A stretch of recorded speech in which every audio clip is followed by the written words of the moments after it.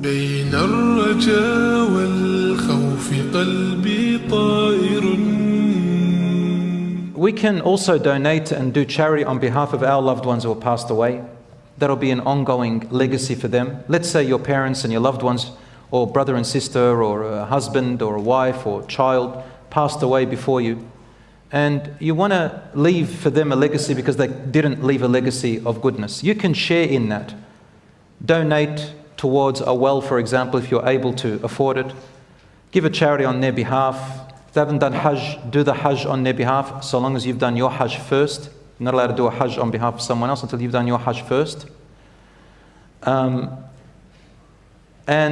there was a man, Aisha radiallahu anha, she said that a man came to the Prophet ﷺ and said to him, Ya Rasulullah, my mother passed away, and I know that if she were to be alive right now and she wanted to do any good deed, she would give charity. Ya Rasulullah, if I gave charity on her behalf, knowing that she would have loved to do that, will that count for her as if she was alive? And the Prophet ﷺ said, yes. The hadith is in Bukhari and Muslim. Another man said, Ya Rasulullah, my mother passed away, and can I give charity on her behalf? And he said, yes, and go and give it in towards water, because water was in need, and water continues to flow a lot. So any kind of charity on behalf of people, InshaAllah, can benefit them. So my brothers and sisters, I ask Allah subhanahu wa ta'ala to make us among those who gives us the strength and accepts from us our good deeds, forgives us our bad deeds, and to forgive whatever we've left behind of wrong, those that we know and those we don't know.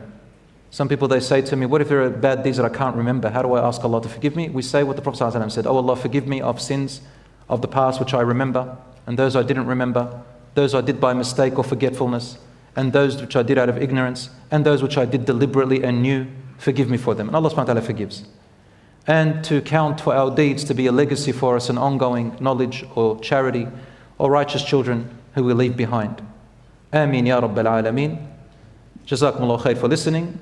وصلى الله على نبينا محمد وعلى آله وصحبه أجمعين. بين الرجاء والخوف قلبي طائر.